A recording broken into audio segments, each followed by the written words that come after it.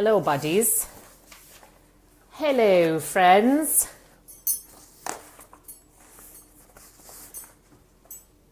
Welcome. Welcome to my FB Live. Going to be talking about how the intensity of your imagination, or your ability to imagine, is reflected in the intensity of your income. How those match each other. And other things, like whatever it is that you're trying to manifest. The intensity of your imagination is going to be reflected in the intensity of the result. Makes sense? If you're on, let me know. It is really freezing here today, so I'm not going outside for my walk. I'm staying in Cozy Town, aka my office. Hey, Rain. So talking about the intensity of your imagination, matching how it will match the intensity of your outcome or outcomes, whatever it is that you're trying to manifest. Intensity of money, of health, of love. The imagination is really the seat of your subconscious in many ways. So often we are very able to imagine negative events. Failing the exam, getting a no, bad things happening to people we love, bad things happening to us. Our imagination we often use in, hi Carla, we often use in negative ways. And you have to understand, really understand on a deep level that your imagination is the seat of your subconscious. So you want to spend as much time as possible, as much time as you really can dedicate in terms of your business growth or whatever it is that you're trying to manifest. Imagining the outcome, imagining what it's going to feel like, being in your imagination, using your imagination to your benefit. That's what it's there for. Your imagination was not created for you to be able to think of catastrophic events or how bad it's going to be or what kind of shambles, you're going to get into. It is the seat of your subconscious. Yes, Carla. It is like really the workshop. It's like where you're like building your dreams. It's where you're building your reality. So the degree and the intensity with which you can imagine is going to be reflected in the intensity of your result. I can guarantee you that you have not, if you haven't manifested what you want, you have not brought it into your imagination with an intensity, feeling reality that you can taste, smell, touch, breathe, experience. I guarantee you that you haven't, or else it would already be a reality. So if you're trying to manifest money, for example, you have not spent enough time imagining what it's like to have that money. 5 minutes a day is not enough to convince your subconscious. So really think about like how much time you need to be spending in your imagination, taking a break every hour to think about, to imagine what it's like to make that money, to book that client, to really get comfortable in the reality, to make it real.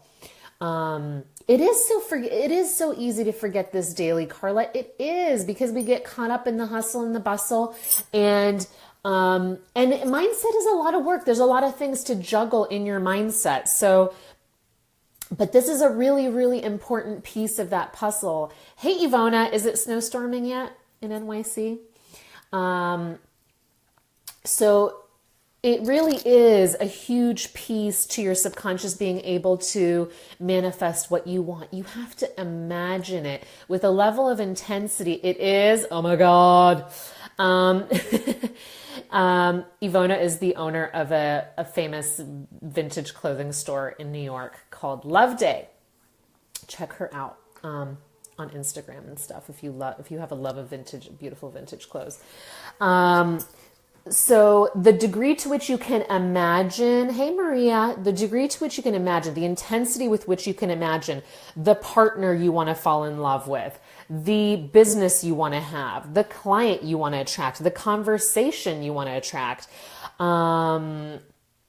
and the conversations you're going to have with clients, the conversation you're going to have with this man you're going to attract, the conversation you're going to have with the person you want to have a relationship with. Get into your imagination so deeply that it's real, that it's like you are playing a movie. I guarantee you that if you want to manifest something, you have not put enough of it in your imagination if it still hasn't shown up. Your imagination, like I said before, is the seat of your subconscious. It's where all the action happens. It's the workshop of your dreams. And if you say like, I'm not creative, I can't really visualize it, I can't picture that, I have a hard time following meditations and visualizing things. Well, listen, if you can visualize a worst case scenario, if you can visualize, a terrible car accident or like you breaking your leg, then you can visualize your dreams. You're just resisting doing that. You're just resisting doing that. So find out why you're resisting doing that. But if you can imagine something crappy happening to you, you sure as heck can imagine something good happening to you. You're just choosing not to focus on that. So ask yourself why that is. And start doing it. Start spending a lot more time imagining, visualizing, tasting. If you don't know what it feels like to have what you want, right? If you don't know what it feels like to have a 50K month, go investigate. Who is having 50K months? Go interview them. Go ask them what they do. How do they spend their time? What do they spend their money on? How much do they spend their time on business? How much do they spend their time on pleasure?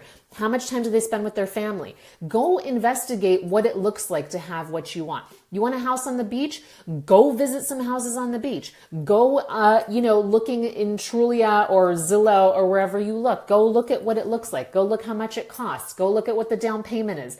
Go look at what the weather is like every day. Really get into the thing that you want. Like live it, breathe it, smell it. Just be obsessed with it in your imagination. Be living there already in your imagination. And that's the challenge of like seeing what's in front of you at the moment and keeping on affirming what you want in your imagination. But I guarantee you the level of intensity that you show in your imagination to the thing that you want is directly relates to the result you're going to have, to the result of it showing up. For sure, definitely. Because once it's real in your subconscious, imagine you're thinking about that 10, 15, hi Sarah. Imagine you're thinking about that 10, 15, 20 times a day. You're spending a lot of your psychic energy there. And that's starting to create some grooves in your subconscious that say, this is my reality. Because your reality is what is in your imagination. It's what you're creating right now, and it's what you're creating your future with. So start creating your future, the level, like use this, right? If you're an artist, if you're a creative, if you're someone who has to spend a lot of time in their imagination, you already have something you can leverage. And if you're someone who thinks they're not creative and can't visualize and can't imagine, that's total BS. Because if you can imagine something bad happening, some worst case scenario, somebody dying or something awful happening, then you can 100% visualize something amazing happening to you.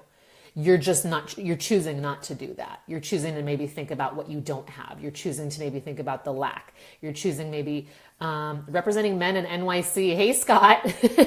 Cool. Good luck in the snowstorm today. So you're choosing to focus on that, right? You're choosing to visualize that. Like choose your thoughts differently. Choose to visualize and use the power of your imagination to create what you want. Is it going to happen tomorrow? I don't know. Are you going to change 30 years of programming in one day? I don't know. If you've been talking about how crappy things are for, 10 years, or that things are just fine the way they are for 10 years, it's going to take a little time for your subconscious to have a new reality. But you keep feeding your mind, keep feeding your imagination what you want. That's why vision boards, why listening to things, over and over again, like wealth consciousness, like videos and subliminal messages, why listening to things over and over again works is because the repetition creates that hum. It creates that hum. It creates that vibe that this is just your reality. This is what you're used to. And that's you leveraging what you're feeding your mind. What you feed your mind is the reality that shows up. So you got to pick one thing, focus on that, and focus your imagination on that. Moving through to purpose, it's opening. Awesome, Sarah.